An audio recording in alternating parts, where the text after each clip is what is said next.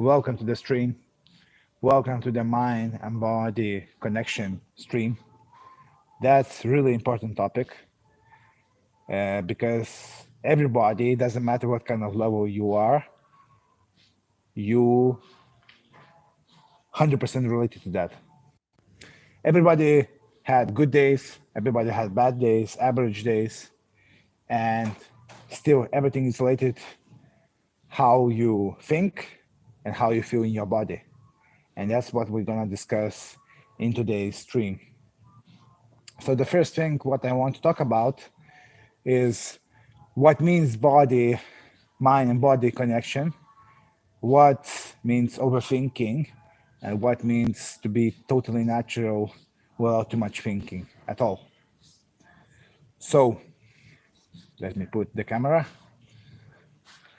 As always, this is my table.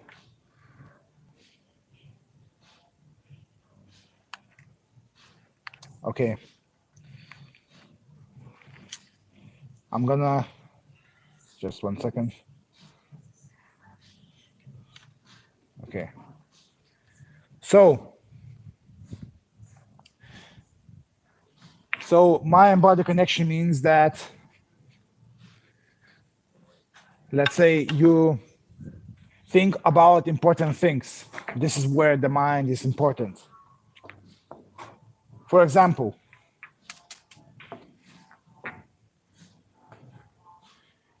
you play the shot, let's say this one, and you miss. So the good player instinctively gonna have a feedback. Oh, that's why I came to the shot without too much preparation. He came like that, like from the side, and that's why he lost focus. He rushed the process.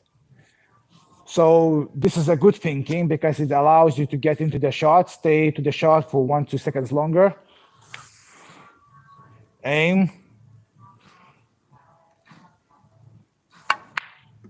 And play that shot successfully.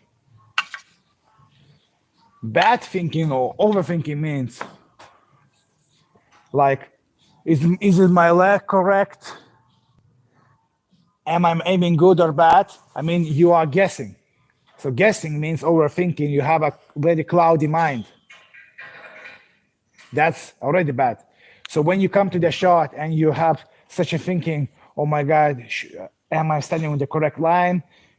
Is my stance correct or something like that, especially in practice or practice matches or tournaments, there's no chance to play the game well.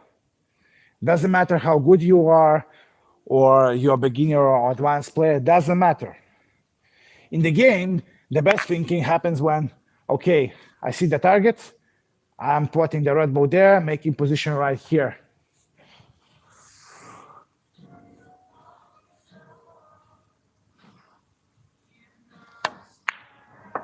And you're moving on to the next shot. And the thinking is again, same. You approach the shot.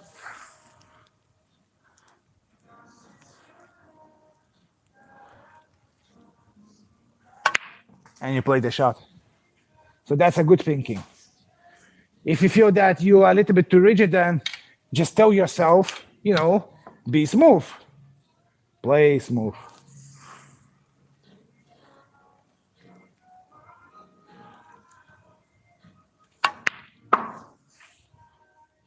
If you're gonna think about 10 things about your game, what opponent is doing, he put the fluke, oh my God, that's overthinking, that's too crowded. Now, the second bad thing is for complete natural players, what happens, they just come to the shot without any concentration. If they miss the shot, they don't know any reason, they don't think about the reason, they just play. When they feel good, they might play okay. When they don't play good, this is not my day. I feel exhausted. Something happened in my family. I mean, taking responsibility fully from yourself. So overthinkers are usually thinking, what is always wrong with me? And natural players, this is a bad day. I'm not focused. Blaming others. So usually the good performance happens, when you are doing mistake, you know exactly what to fix it, and then you act accordingly. So that what means mind and body connection. And mind and body connection you can only achieve through your practice and your attitude. Practice, you selectively think about the things which you want to focus on. For example, so you're thinking about, you focus on your technique and you only focus on rhythm and tempo. You approach the shot and smoothly deliver. You do again, you come to the shot,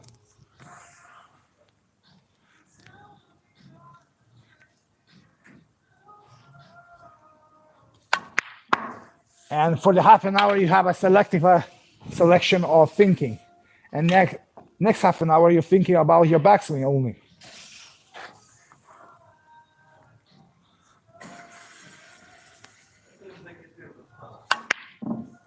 And if you miss the shot, doesn't matter, you are only thinking about that. That's when the good thinking happens and you can actually learn the skill. But if you come to the shot and you think about, oh, my grip is bad, my stance is not stable, how elbow is my straight or not straight, you're not gonna perform the best.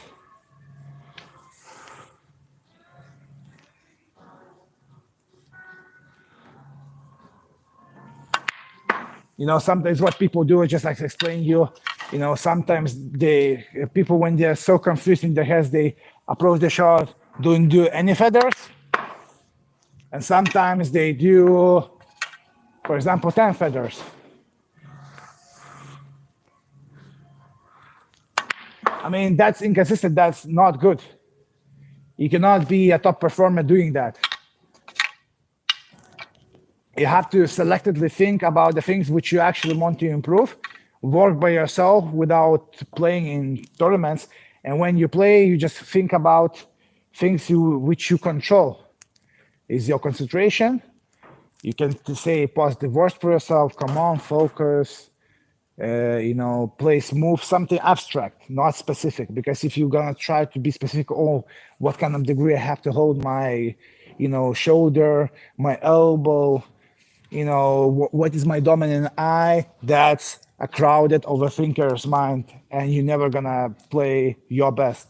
I'm sure about that. So everything is in between. Everything, like the good performance happens when you see the target, play smoothly,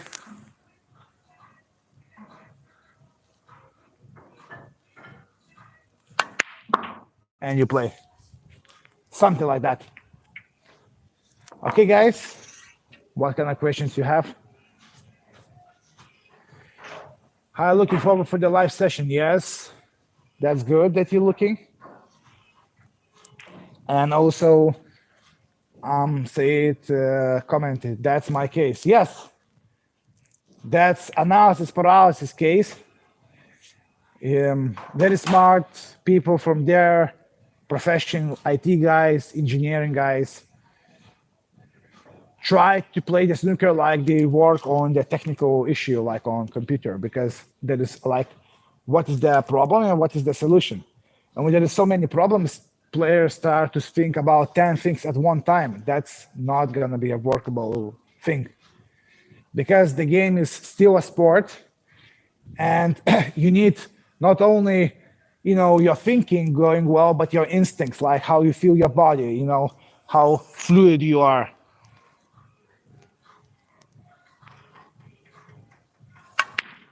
And so on, so on. So that's what needs to be improved, the balance in between.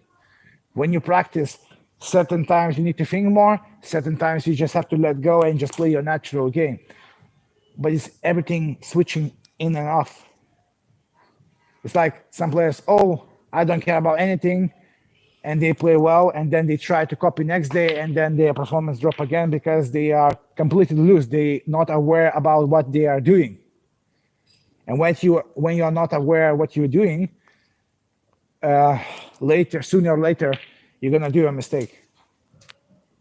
So that's what I mean, mind body harmony, and that's why I always praise to my students. When he played the bad, I'm asked question, what about you were thinking?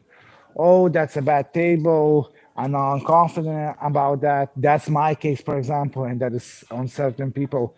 And you just say the good thing is to say I'm thinking. So what's the best thing you can do on that table? Maybe you cannot score 100 break, 80 break, but maybe you can score 30, 40, make a good safety, and then put your opponent to trouble, something like that. That's a good thinking because it's positive. That's what you actually can control. But you cannot control is my grip working well or not, because that's a mechanical part that takes time to develop. You cannot develop during the match when there is a stress already. When you have a stress in your mind, you cannot develop new skills. You can just only execute what you already know.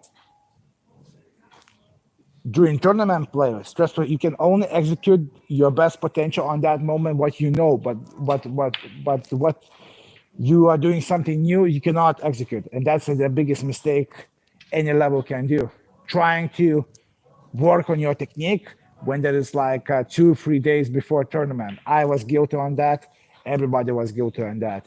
The best performances happens when you are fully focused on the game, on table, how to adapt to the favor as fast as you can, what specifically you need to do to improve this and that. So that kind of thing, if you know what I mean. Okay, so any more questions? I'm missing an easy chance for the break. What do you think about when playing so bad? I mean, if you're playing so bad, you can focus maybe on one like specific thing. If you see that you're hitting balls too hard, maybe tell yourself, think like how to hit the ball as smooth as possible. Don't try to be too technical, just say smooth as possible. And that's a positive mind. You're visualizing yourself like on the chair when you're not playing, when your opponent plays, how smoothly you hit the ball. And when you're on the table, you're naturally gonna hit smoother because you're thinking about what you want to achieve, what you don't want to achieve. Because when you say, oh, my grip is bad, you're thinking about what your grip is bad, and then as a consequences, the thoughts are materializing to the real world, and you're not performing your best. Okay, so that's what I have comment on that. Okay, so that's a topic I wanted to talk. Guys, if you have any questions regarding that topic, with pleasure, I'm gonna answer. That's what I do with my students. I try to work on logic and senses, combine them together, and make a whole package on player individually, because everybody's different. Personalities are different, body shapes are different. There is like three different talents on people. There is intellectual talent, thinking. There is mechanical talent, how arms are moving, and there is concentration talent. So everybody of each player person has one of the talents, and some areas requires more work than others, and that's what we need to do to improve, to see which areas are lacking and go deeply into that. And that's what I do in my mentorship program. You can sign up for the coaching class with me. I'm gonna guide you freely, totally free of cost. I'm gonna ask you questions, where you want to be, how much you practice, what do you want to achieve in the future, 3 months, 6 months, 1 year. Then you send me videos, I check it to see what's actually going on in your game. And after that, we're moving forwards. And that's what I do. Okay, guys. Any more thoughts? How to be more positive player? It's a great question. Well,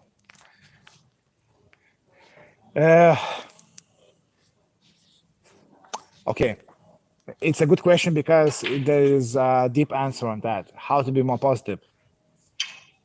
I think you just have to honestly ask yourself on the match play, things which you can control and things which you cannot control. If you know which things you cannot control during the match, naturally your mind is going to switch to more positive. You cannot in the match control your technique. I mean, your stance or grip, because that requires a little bit more work until you develop a habit. When you develop a habit, you don't think, you just do. You can focus on how to lead the game, control of the pace, shot selection. Tell yourself to be focused on the shots more, just be focused. Everything is fine. Talk with yourself positively on that regard. You can do breath work. Let's say if your breathing is too high, you can slow down your breathing doing certain diaphragma practices. And naturally, if you do correctly, your breathing is gonna slow down, your thinking chaos is gonna slow down, and you're gonna be way more rational. Players, even smart people, becoming very emotional when they play snooker because their expectations are not showing in reality. They expect to make 50 breaks, but they do like 10, 20 breaks, and then there is like a frustration period. Frustration leads you to body rigidness. So you just have to understand realistically what is your level at the moment. Let it go for certain things and just try to learn the game. You know, not you learning the game. Just by, oh, I missed the shot. That's fine. That's interesting. You can remember that moment and work on later on the practice. Something like that.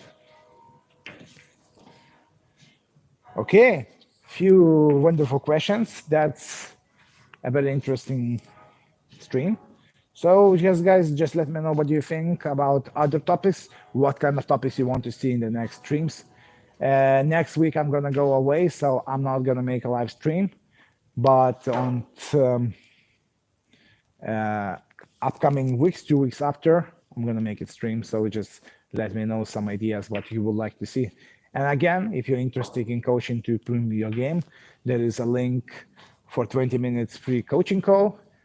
I'm diagnosing you, telling what's actually going on in your game without any mask, as it is, and we move from there to improve your game. So hopefully enjoy it and see you soon.